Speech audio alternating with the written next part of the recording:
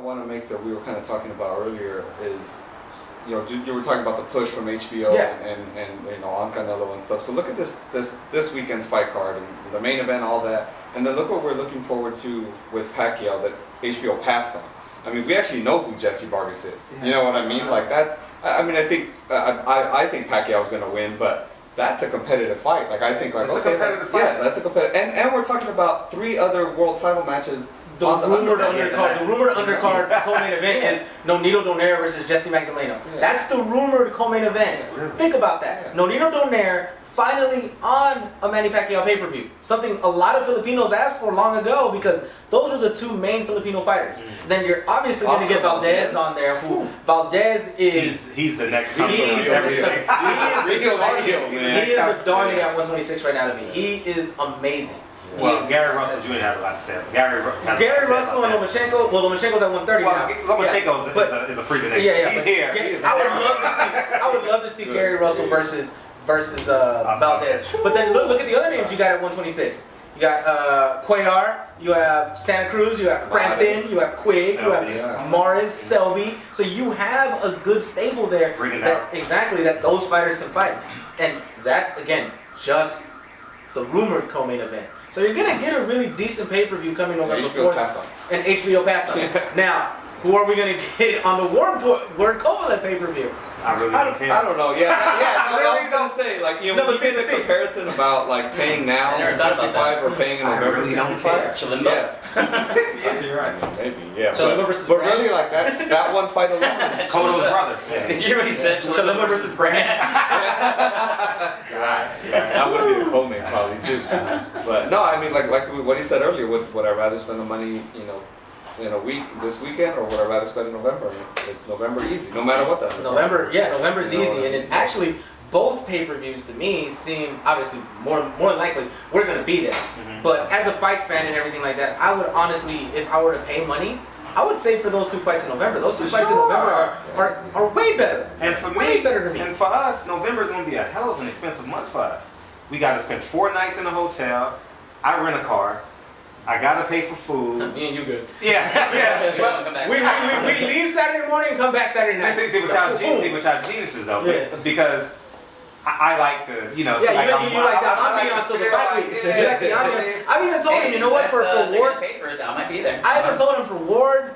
I'm getting there Tuesday for Ward Kovalev. Ward Kovalev, we should just leave Friday morning, make it to the weigh-in, kick it, and just boom, Saturday night we're at the fight already, and we just come back. But we just spent that Friday there. But he's like, I don't know if it's a big fight. I'm like, dude, it's a big fight. You know, the thing is, it is a big fight, but I just don't think it's going to sell. Who cares if it's the biggest fight? It's the biggest fight. You're getting 1A against 1A. Literally, you're getting 1A. And here's the thing about that 1A versus 1A.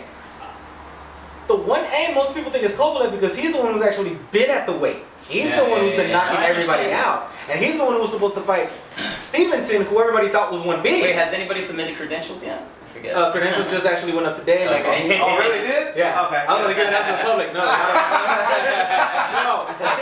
I've been waiting. I'm like, damn, when they going to announce this fight? But Pacquiao is on Top Rank. Yeah, Top Rank. Yeah, you got to do all you got to do. I didn't know till last night. I'm like, where is this? Because it's not going to be majorly distributed. It's just all Top Rank. All Top Rank. Top Rank is going to take care of everything. Are you guys going to that fight? And honestly, I love Pacquiao fights. I like the energy. I like the 5,000 Filipinos that come. I love interviewing them. I love talking to them.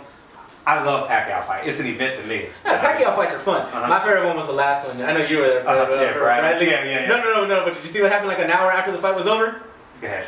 Mayweather walking into the. Oh yeah. Then he pretended he didn't know what was going on. This is my hotel. What are y'all talking about? He's just walking with his crew and everything. I'm like, dude, man, that was funny. No one told me that there was a fight going on. Nobody's Nothing. Floyd understands. Floyd knows what's up. At the end of the day, to me, at the end of the day, all he was doing was proving no matter what, that's still his own. And I agree with that. I remember during our interview that we had, the little round table at the Honda Center. Yeah, the Honda Center. Remember, I told him, I said he's still the face of boxing even after being retired. He's retired and he is still the face of boxing. He is still the mold. He is still the guy. A lot of people might hate me saying that, and a lot of people might disagree, but you can't argue it. The man is still the freaking face of boxing. The fact that he made Shakur Stevenson a household name to casual fans just by being there in Rio to see him. Like, come on, the Olympic audience, and this is how strong the Olympic audience is. Spence versus Bundu did 6 million. 4 million. 6 million actually. It did 6 million. It did 6 million. In its prime. Its prime. Its prime was 6 million. Its peak was 6 million. And it followed the Olympic basketball game. Which was and it kept 75% of the audience. That's what boxing scene reported. That's because first I heard 4 and then yeah, but that's how good the Olympic audience is. It kept 6 million people, 75% of an NBA or a World Basketball game, it kept 75% of the audience. So if you get the casual fans to watch you and people to watch you, they're going to know your name. And if you're associated in any way, shape, or form to the face of boxing, you're getting a push. And that's what happened with Shakur Stevenson. How many viewers do you think you get from that 6 million for that fight, or at least are going to come back? From that fight on a Sunday?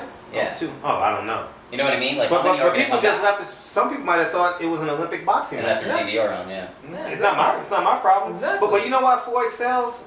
The narrative. Yeah, exactly. You know his mom was on crack, dad sold his mom crack. And then that's when we go back to what I said Rogers earlier. lost somewhere in Vegas. Yeah, and that's where we go back to everything. That's where we go back to what I said It's a never-ending story. Yeah, it's just the narrative. The more you could get out of a person, the more you get to know about them personally, the more they open themselves up. Because as closed that Floyd is, he's pretty open. Oh, he gives us, man, he gives us everything. Like, he might be closed up to the media, but when it comes to his social sites, he'll let it out there.